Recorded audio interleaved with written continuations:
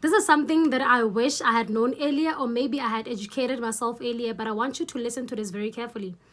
Your standards are not standards if you keep breaking them each and every time someone gives you attention. I'm going to repeat that for you. Your standards are not standards if you keep breaking them each and every time someone gives you attention. And I'm going to need you to tattoo this at the back of your head. I don't know how you're going to do it, but I'm going to need you to just put this in your mind, because this is one of the toughest conversations that I feel like we really need to talk about. Listen, and also it's a conversation that I feel like our generation isn't ready to swallow.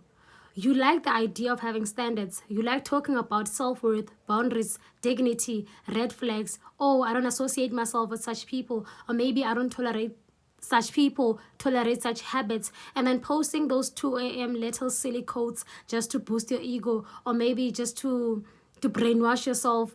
And then don't ask me how, because I've been there before. I've been there before, but you're not there. But the moment someone gives you attention, the moment someone calls you sweetheart, beautiful, love, or maybe give you things that you refuse to give to yourself, then suddenly the standards that you saw you have vanishes in thin air. They will literally melt like ice under the sun. And I want you to listen to this very carefully. I'm going to need you to listen to this very carefully. A standard that only exists when you're bored or lonely, it is not a standard, but then it is a wish. Hi, my name is Nanim Gidi, and this is Unshakable Mindset, a place for reflection, growth, and unapologetic empowerment. Let us stop surviving and start becoming. If you are ready to step into power, then this is your space. Do not forget to hit the follow button, because I'm about to transform your life starting from today and creating a better and new you in just 6 months to come.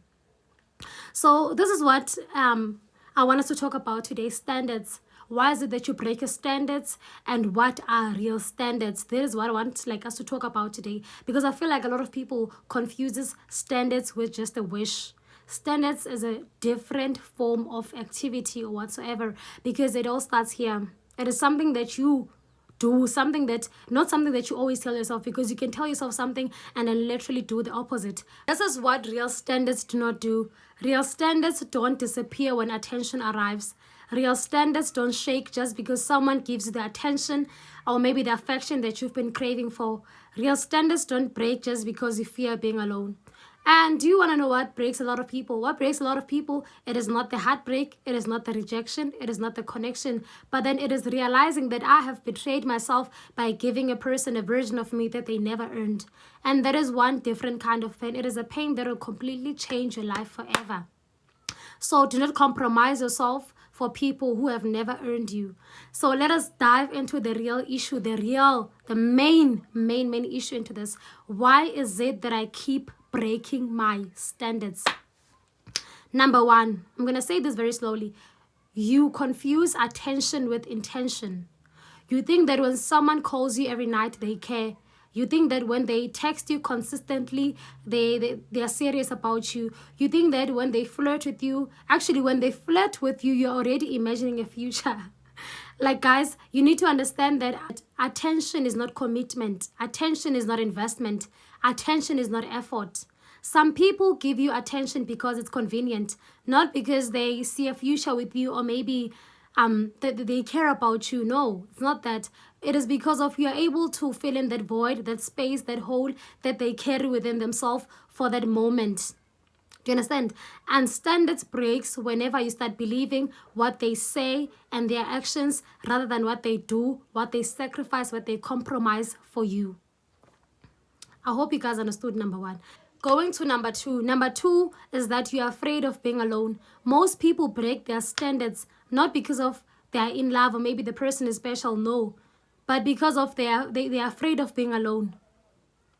People would break their standards just because they cannot endure silence.